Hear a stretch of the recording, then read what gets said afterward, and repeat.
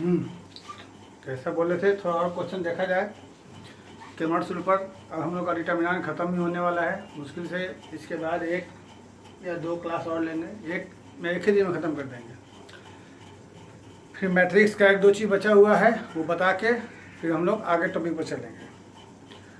लेकिन हमें लग नहीं रहा है कि आप लोग सिंसियर होकर पढ़ रहे हैं, क्योंकि हम देख रहे हैं कि बच्चों की थोड़ा सा एक्टिवनेस कम दिखाई दे रही है। हमको हमें महसूस नहीं हो रहा है कि आप लोग देख रहे हैं। न तो कुछ लाइक दिखाई दे रहा है, न कुछ सब्सक्राइब दिखाई दे रहा है, न ही व्यू दिखाई दे रहा है। पता नहीं चल पा रहा है कि आप लोग देख रहे हैं नहीं देख रहे हैं। हम नहीं बोल रहे हैं तो भी कुछ तो अपनी बात समझनी चाहिए खुद से। तो इसको जो भी हमें महसूस हो कि आप लोग देख रहे हैं, सिंसियर होकर पढ़ रहे हैं, तो हम पढ़ाएं। जब कोई भी बच्चा नंबर लाता है अच्छा मार्क्स, तो जब उसको शाबाशी दी जाती है तो उसको और ज़्यादा पढ़ने की इच्छा करती है। जैसे मान लो हम पढ़ा रहे हैं तो हमें लगे कि तुम लोग पढ़ रहे हो तो और ज़्यादा अच्छा पढ़ाने का मन करेगा। तो महसूस कराइए कि आप लोग सिंसियर होकर पढ़ रहे हैं, और थोड़ा सा अपने ग्रुप में कहिए लोगों को पढ़ने के लिए, तो हम पढ़ाने में थोड़ा मज़ा आएगा। और जो आप लोग क्वेश्चन पूछते हैं वो क्वेश्चन सब नोट किए हुए रहते हैं, आराम से धीमे धीमे बताते रहते हैं। जैसे कि जो मुझे बताना सब बता दिया। अब मुझे एक चीज़ सिर्फ बच गया है, इंटीग्रेशन और डिटर्मिनेंट बताना। वो बताते ही, और हम जितने क्वेश्चन जो 7, 8, 10 क्वेश्चन हमने नोट किया है बच्चों का, वो सब हम एक साथ बता देंगे। हमारा काम अगले वीडियो में ख़त्म हो जाना है सारा। फिर हम बता देंगे एलिमेंट्री रो ऑपरेशन, उधर से जो बच गया था, और एक बच गया था हमारा ट्रेस ऑफ मैट्रिक्स, और एक अच्छा चीज़ बच गया था हमारा रैंक ऑफ मैट्रिक्स, जो डिटर्मिनेंट समझने के बाद बनाने में ज़्यादा अच्छा रहेगा। तो ये सब बता के हम लोग आगे नए टॉपिक पर चलेंगे। फिलहाल देखिए, इसको नया टॉपिक या तो इन्वर्स ट्रिगोनोमेट्रिकल फंक्शन रहेगा, या क्या हो, कैलकुलस हो, डिफरेंशिएशन हो, या इन्वर्स ट्रिगोनोमेट्री हो, क्या हो, ये डिसाइड कर लो। ज़रा कमेंट बॉक्स में लिख के बताना, फिर हम पढ़ाते हैं उसे। और लाइव पढ़ाने की बात थी तो वो बात की बात है, पहले इसको अभी देखिए। तो ये हम समय बचाने के लिए, जैसा कि पहले से कुछ क्वेश्चन लिखते आए हैं, ये जितने भी क्वेश्चन हैं सब जेई का क्वेश्चन है, और इससे आप लोग वही क्रेमर रूल पे कंसेप्ट याद है, बहुत आसानी से बना सकते हैं। जैसे हमारे पास पहला solution question, A system of linear equation has non trivial solution. तो जैसा कि हमने बताया था ये होमोजेनियस है, और नॉन ट्राइवियल केस में डिटर्मिनेंट की वैल्यू 0 होती है, हमको मालूम है। तो यहाँ डिटर्मिनेंट हमारे पास क्या हो जाएगा, एक्स वाई जेड का coefficient 1 lambda minus 1 lambda minus 1 minus 1 1 1 minus lambda. इसकी वैल्यू निकाल जब 0 करेंगे तो हमारे पास लैम्डा के कुछ वैल्यू आएगी, 1 lambda minus 1 lambda minus 1 minus 1। और ये देखना है कि लैम्डा की वैल्यू कितनी आती है। अगर 2 आती है तो पहला ऑप्शन, 3 आएगा तो ये ऑप्शन। इनफाइनाइट मैनी सोल्यूशन, ये तो होने से रहा। और हाँ, इनफाइनाइट मैनी सोल्यूशन की बात आता है, system of equation and non trivial, lambda कितना value, infinite many value of lambda. ये एक बहुत ही अच्छा चीज़, इस पर अभी मुझे एक क्वेश्चन याद आया, हम आपको एक क्वेश्चन इसके बाद लिख के बताएंगे। सेम इसी में एक क्वेश्चन लिखेंगे, उसके बारे में देखिएगा। फिलहाल यहाँ पर लैम्डा की जितनी वैल्यू आएगी, एक वैल्यू निकलेगा तो ये ऑप्शन, 2 में निकलेगा तो ये ऑप्शन, 3 निकलेगा ये ऑप्शन। इसके बारे में खुद दिमाग लगाना, नहीं तो इसके बाद एक क्वेश्चन बताएंगे उसमें दिमाग लगाइएगा, तो ये बन जाएगा हमारा। सेम चीज़ यहाँ बता रहा है, दिस सिस्टम ऑफ इक्वेशन, ये तो हमें नॉन होमोजीनियस बोल रहा है। अब नॉन होमोजीनियस में क्या होगा, ऐसे नॉन होमोजीनियस इसका हमारे पास आंसर आना चाहिए। किताब में दिया हुआ है 3 वैल्यू ऑफ लैम्डा, इसका ये आंसर लैम्डा के आना चाहिए। क्योंकि क्वेश्चन निकलेगा तो 3 वैल्यू ऑफ लैम्डा होगा, निकाल के चेकअप कर लीजिएगा। जेई का क्वेश्चन है। यहाँ पर आ रहा है ये system of equation, linear equation ये है, ये नॉन होमोजीनियस है, इसमें कंसिस्टेंट इनकंसिस्टेंट की चर्चा है। तो आइए थोड़ा इसकी चर्चा की जाए। कंसिस्टेंस इनकंसिस्टेंस के बारे में चर्चा यहाँ की जाए। यहाँ क्या हो रहा है, यहाँ पर हम देख रहे हैं कि कुछ भी होने के पहले हम पहले डिटर्मिनेंट की वैल्यू निकालेंगे। डिटर्मिनेंट यानी यह क्या हो जाएगा, 1 1 1 2 3 2 एक्स वाई जेड का कोफिशिएंट ए स्क्वायर माइनस 1, इसकी वैल्यू हम निकालते हैं। तो हमें इसकी वैल्यू जो हम लोग देख रहे हैं आप निकाल सकते हैं। निकालने के बाद आपको इसकी वैल्यू आ जाएगी ए स्क्वायर माइनस 4, सॉरी ए स्क्वायर माइनस 3, और ये आ गया। अब यहाँ के बाद देखिए, यहाँ के बाद क्या है, सबसे पहले जब ए स्क्वायर माइनस 3, तो आगे हम जब इसकी वैल्यू 0 करेंगे या 0 नहीं करेंगे, यही दो बात ही होता है। इनफाइनाइट मेनी में इसका मान 0 होता है और इनकंसिस्टेंट में इसका मान भी 0 होता है, और यूनिक सोल्यूशन में इसका मान 0 नहीं होता है। यही चीज़ें है। तो फिर से बोल दे रहे हैं, इनफाइनाइट मेनी सोल्यूशन में यह 0 होता है, यूनिक सोल्यूशन में यह 0 नहीं होता है, और कंसिस्टेंस में भी यह 0 नहीं होता है। यही सब चीज़ ही है। इनकंसिस्टेंस में इसका मान 0 होता है, यही सब चीज़। तो ये अगर इसको 0 करेंगे तो हमको तो ए स्क्वायर बराबर 3 होगा, यानी ए बराबर क्या होगा, प्लस माइनस √3, यानी इसे क्या कहेंगे, मॉड ए बराबर √3, यही कह सकते हैं। तो यहाँ से तो ये वाला ऑप्शन गायब हो गया, ये वाला ऑप्शन गायब, बचा कौन हमारे पास, क्योंकि यहाँ 4 कहाँ से आना है, कहीं से नहीं, तो बचा क्या हमारे पास, ये और ये ऑप्शन, 4 ऑप्शन ही गायब हो गया। अब इसमें क्या हो रहा है, ये दोनों ऑप्शन में से कौन सा ऑप्शन सही है सो देखा जाए। यूनिक सोल्यूशन के लिए नियम क्या है कि यह 0 नहीं होना चाहिए, लेकिन इसकी वैल्यू पर तो यह 0 हो जाएगा, यानी ये वाला ऑप्शन गायब हो गया। तो बचा हमारे पास क्या, इनकंसिस्टेंस। इनकंसिस्टेंस में क्या है कि यह 0 होना चाहिए। इनकंसिस्टेंस इक्वेशन कब होता है, जब इसका मान 0 हो जाता है, डिटर्मिनेंट का मान, और यह 0 कब होगा, जब यह बराबर √3 होगा, यानी इसका आंसर ये रहा। समझ गए इसको। सबसे पहले ये हट गया कि 4 कहीं से होना नहीं, 4 हट गया। अब उसके बाद यूनिक सोल्यूशन नहीं रहेगा, क्योंकि यूनिक सोल्यूशन के लिए इसका मान 0 नहीं होना चाहिए, जबकि यह बराबर 3 पर इसका मान 0 हो जा रहा है, इसका मतलब भी छट गया। तो बच्चा क्या हमारे पास ये। अब आइए यहाँ पर, तो ये भी क्वेश्चन कुछ वैसा ही है, सब जेई का सवाल है, बहुत आसान क्वेश्चन है, देख रहे हैं, सब बन जाएगा आपसे। सब जेई का सवाल है। सबसे पहले इस सब को एक तरफ, तो x1 एक तरफ ले लिया जाए तो हो जाएगा 2 minus lambda minus 2x2 plus x3 बराबर 0। ठीक है बच्चों, x2 तो 2x1 माइनस 3 प्लस लैम्डा, मेरे ख्याल से x2 प्लस 2x3 बराबर 0। ठीक है, 3 इधर आएगा तो माइनस हो जाएगा, कॉमन निकल के यह, ठीक है, minus x1 plus 2x2 minus lambda x3। तो यहाँ कह रहा है कि नॉन ट्राइवियल सोल्यूशन, यहाँ भी यह होमोजीनियस है, इसका यह 0 हो जाएगा, यानी यहाँ से क्या हो जाएगा, 2 minus lambda minus 2 1 2 minus 3 plus lambda 2 minus 1 2 minus lambda बराबर 0। तब यहाँ क्या कह रहा है कि लैम्डा का set of all value of lambda है ना, तो लैम्डा का कितना मान होगा जिसके लिए यह नॉन ट्राइवियल सोल्यूशन, तो ये सब है। लैम्डा का 2 वैल्यू होगा, 2 से ज़्यादा वैल्यू होगा, कोई वैल्यू नहीं होगा, 1 वैल्यू होगा।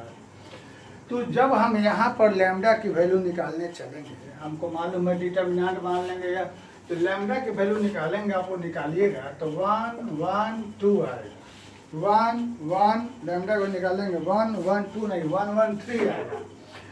तो यहाँ पर देखिए कि यह चूंकि दोनों वैल्यू सेम ही है तो यह दो अलग अलग काउंट नहीं होगा, एक ही जगह काउंट होगा। यानी ओवर और लैम्ब्डा की वैल्यू कितनी रह गई? 2। तो इसका ऑप्शन क्या रहेगा हमारे पास? पहला वाला। बहुत ही इजी क्वेश्चन है यह। वही चीज़ यहाँ कह रहा है कि जरा अगर पुराना कंसेप्ट जो हम बोले थे क्रेमर रूल में, अगर उसको ध्यान दें तो आपको यहाँ पर एक अच्छा क्वेश्चन निकल के आएगा। ध्यान दीजिए, find the number of value of k for which non zero solution. तो देखो होमोजेनियस केस में दो बातें थी। एक बात क्या थी? जब एक्स वाई जेड सारे का मान 0 था, और दूसरा क्या था? जब एक्स वाई जेड सारा का मान 0 नहीं था। तो याद करिए, एक्स वाई जेड का मान 0 था और एक्स वाई जेड का मान 0 नहीं था, तो हमने वहाँ लिख दिया था। ये देखिए जेई का क्वेश्चन आ चुका है, नॉन जीरो सोल्यूशन। होमोजीनियस में नॉन जीरो सोल्यूशन। तो होमोजीनियस में दो तरह का, एक जीरो सोल्यूशन, एक नॉन जीरो सोल्यूशन। तो जीरो सोल्यूशन में डिटर्मिनेंट का वैल्यू 0 नहीं था और नॉन जीरो सोल्यूशन में डिटर्मिनेंट का वैल्यू 0 था, यानी नॉन ट्राइवियल सोल्यूशन। तो नॉन जीरो सोल्यूशन है, नॉन ट्राइवियल है, यानी यहाँ भी डिटर्मिनेंट का वैल्यू 0 रहेगा। 4k 2k 4 1 2 2 1, ये क्या हो गया हमारे पास? Non zero. ठीक है, तो नॉन जीरो में डिटर्मिनेंट का मान 0 हो जाएगा। अब यहाँ से k का मान निकले, क्या निकलेगा ये तो खैर ऑब्जेक्टिव रहेगा, आप लोग लिख लीजिएगा। लेकिन यहाँ क्वेश्चन ये नहीं है कि what is the value of k, मेरे ख्याल से कह रहा है number of value of k के कितने मान निकलेंगे वो पूछा जा रहा है। तो आप लोग देख सकते हैं यहाँ पर। ठीक है, चलिए एक और अच्छे क्वेश्चन पे चलिए। सब जेई के क्वेश्चन थे। एक और क्वेश्चन है जो एक बच्चे ने हमसे पूछा है और बहुत ही अच्छा क्वेश्चन है। आइए उसको लिखते हैं। अच्छा क्वेश्चन है, एक अच्छे बच्चे ने पूछा है, बहुत इंटेलिजेंट बच्चा है। सॉल्व करना है, इंटेलिजेंट बच्ची है। 2i माइनस 2z बराबर 1, 4x plus 4y minus z बराबर 2, 6x 6y प्लस 2z बराबर 3। जैसे कि इसने एक अच्छा क्वेश्चन पूछा, वैसे ही जब आप लोग पढ़ के अच्छे अच्छे क्वेश्चन पूछिएगा तब हमें भी पढ़ाने में थोड़ा मज़ा आएगा, थोड़ा सिंसियरिटी दिखाई दे बच्चों की। इसके लिए थोड़ा सा चैनल पर दिखना चाहिए कि हाँ बच्चे सिंसियर होकर पढ़ रहे हैं, थोड़ा दिखना चाहिए, महसूस होना चाहिए। बाकी तुम लोग समझदार हो। देखो सॉल्व, सब बातें बोली जाती है, कुछ बातें समझी भी जाती है खुद से। और तुम्हें मालूम है कि हम बहुत बातें बोलते नहीं हैं, इशारा खाली करते हैं, समझा करो। ये सॉल्व करना है, तो बेटा सॉल्व करने के लिए हम लोग चलते हैं पहले। तो नॉन होमोजीनियस है तो सीधे सॉल्व करने की बात है। तो डिटर्मिनेंट पहले एक्स वाई जेड,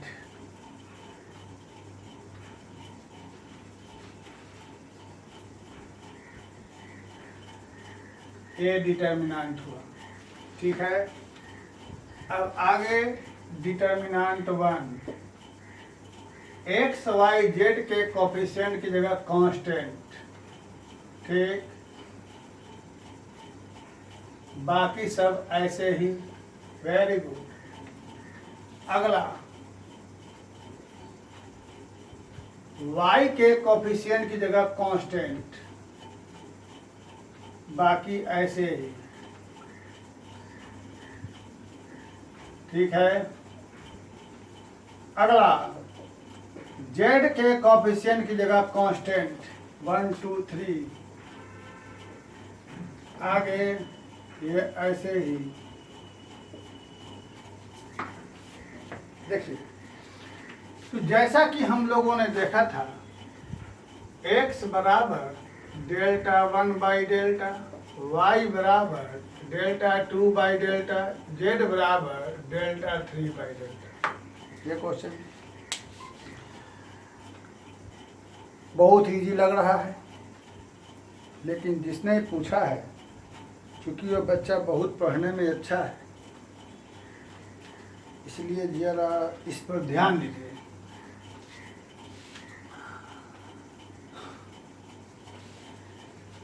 दोनों लाइन सेम है, अकॉर्डिंग टू रूल इसका वैल्यू 0।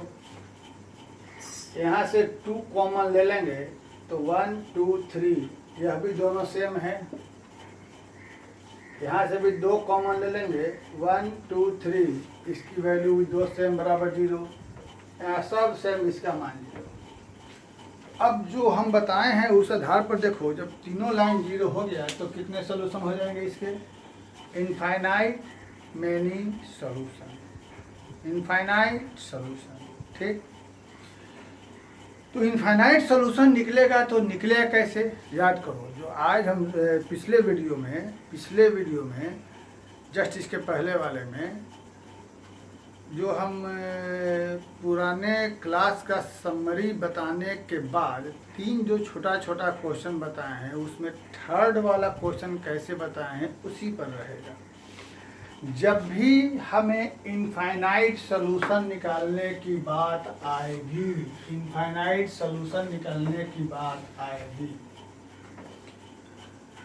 तो क्योंकि यहाँ 1 2 कोई वैल्यू तो निकलेगा नहीं, निकलेगा इनफाइनाइट।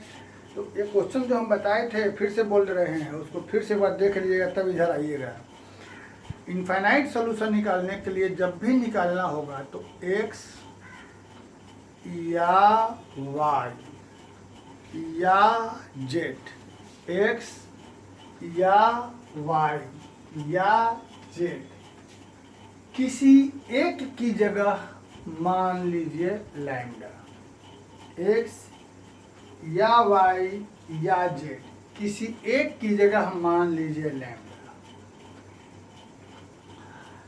तो जनरली हम लोग z को लैम्डा मानते हैं, लेकिन यहाँ भी एक टिपिकल केस है, z को लैम्डा नहीं मानेंगे, या तो हम x को मानेंगे या y को मानेंगे। क्यों?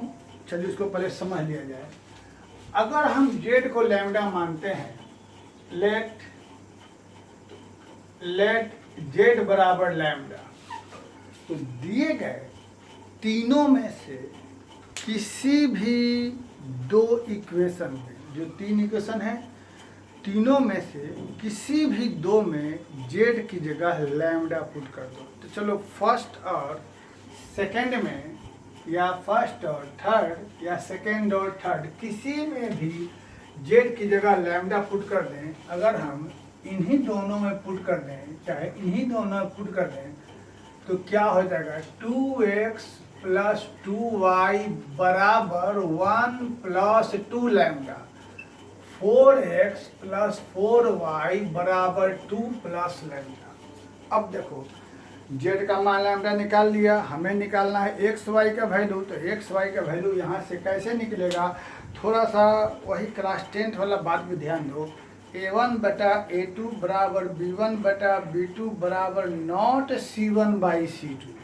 इसका मतलब यहाँ से भी एक्स वाई का वैल्यू नहीं निकल सकता। तो ऐसे केस में हम दिए गए क्वेश्चन को देखेंगे कि अगर हम लोग y की जगह या x की जगह लैम्डा मान लेते हैं, तब हमारा ऐसा सिचुएशन अराइज नहीं होगा।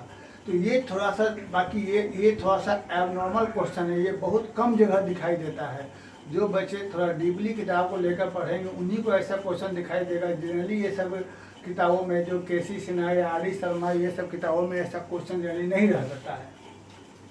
तो ऐसे केस के लिए हम लोग को सोचना पड़ेगा कि ऐसा ही माने एक्स या वाई या जेड में से ऐसे को हम लैम्डा माने जिसमें हमारे पास वह केस a1 बटा a2 बराबर नॉट b बराबर b1 बटा b2 बराबर not c1 by c2 develop न हो। तो हम लोग यहाँ पर y बराबर लैम्डा मान लेते हैं और लिखते हैं lambda is any real number. अब यहाँ से 3 में से किसी 2 में हम लोग y की जगह लैम्डा, तो चलो यहाँ पुट करते हैं 2x माइनस 2z बराबर 1 माइनस 2 लैम्डा। एग्री हुए? और यहाँ से हो जाएगा 4x माइनस z बराबर 2 माइनस 4 लैम्डा। ये हमारा हो गया। फिर से ध्यान दीजिए, कुछ गड़बड़ न हो जाए। इसकी जगह 2 लैम्डा रखेंगे तो 1 माइनस 2 लैम्डा, यहाँ रखेंगे लैम्डा तो हो जाएगा 4 लैम्डा। अब जो पहले हम लोग पढ़े थे, फिर से एक बार वो जो पहले पढ़ चुके हैं, यहाँ से डिटर्मिनांट मान लेंगे। डिटर्मिनांट 1 हो जाएगा हमारे पास एक्स का कोफिशिएंट ये चीज, यहाँ से -2 1 और डिटर्मिनेंट 2 हमारे पास हो जाएगा यहाँ से 2 4 और 1 - 2 लैम्डा 2 - 4 लैम्डा। ठीक है, फिर से देख लेते हैं। 2 4 2x - 2y बराबर 1 - 2 लैम्डा, 4x - 8 बराबर 2 - 4 लैम्डा। ठीक, यहाँ से लिया 2 4 -2 सॉरी -1 -2 -1 -2 -1। ठीक है, 2 4 -2 -1 यहाँ हो गया 1 - 2 लैम्डा 2 - 4 लैम्डा -2 -1 2 4। ठीक, इसकी वैल्यू निकालेंगे तो हमारे पास -2 + 8 यानी क्या बचेगा 6 -2 + 8। यहाँ से क्या निकलेगा -1 + 2 लैम्डा प्लस 2 × 2 क्या चीज़ 4 और -8 लैम्डा प्लस। ठीक है, तो यहाँ से क्या हो जाएगा बच्चों 4 में से गया 3 और यहाँ हो जाएगा 6 लैम्डा है ना, और यहाँ हो जाएगा 4 - 8 लैम्डा और -4 + 8 लैम्डा। तो यहाँ से हमको ये तो गायब हो गया, 0 हो गया। ठीक है, चलिए कोई बात नहीं। अब तो इस जगह से हमने पाया कि हमारे पास x का मान क्या रहा डेल्टा 1/डेल्टा, यानी क्या लिख देंगे 3 - 6 लैम्डा/6। 3 कॉमन निकाल कर आ सकते हैं। y बराबर क्या निकला हमको डेल्टा 2/डेल्टा सॉरी z है ये x है। y बराबर हमने यहाँ मान रखा है लैम्डा और z बराबर क्या निकला डेल्टा 2/डेल्टा, यानी क्या निकलेगा 0। तो x बराबर ये निकला, y बराबर वो आया, z बराबर ये आया। Where lambda is any real number. तो इस तरीके से हमको जब भी कहेगा इनफाइनाइट मेनी सोल्यूशन निकालने के लिए, वो तो 2 वेरिएबल में हम निकाल लिए थे इजीली, लेकिन 3 वेरिएबल में जब भी कहेगा इनफाइनाइट मेनी सोल्यूशन तो उसमें ये थोड़ा टिपिकल वाला था। तो कैसे निकालेंगे सो देख लीजिए, ये आपके सामने रहा। ठीक है, x y या z तीनों में से किसी एक की जगह कुछ मान लेंगे, उसके बाद उस x y z की जगह जो माने रहेंगे तीनों में से किसी 2 में रख करके ऐसा इक्वेशन तैयार करेंगे। यहाँ बात तुम्हारा कॉमन सेंस अलाउ करेगा, 2-3 बना कर तुमको समझ में आ जाएगा। वो बनाने के बाद हम लोग ऐसे मान निकाल लेंगे, ये हमारा आंसर हो जाएगा x का मान y का मान z का मान। तो मिस्टेक हो रहा होगा तो आप देख लीजिएगा। तो ये रहा आपका पूरा। अब हम एक क्लास और लेंगे, उसके बाद हम लोग चलेंगे मैट्रिक्स के बचे हुए पर, फिर हम लोग नया टॉपिक स्टार्ट करेंगे। ठीक, आप लोग ध्यान देकर देखें, थोड़ा मुझे महसूस कराएं कि आप लोग पढ़ रहे हैं, हमें भी थोड़ा महसूस हो तो हमें पढ़ाने में थोड़ी खुशी होगी। ठीक है, और ये लास्ट हो गया। अब जिसको जो पूछना है पूछ लीजिएगा, क्योंकि अब ख़त्म होने जा रहा है एक क्लास और, फिर डिटर्मिनेंट का जो भी है कहानी ख़त्म हो जाएगी। Thank you.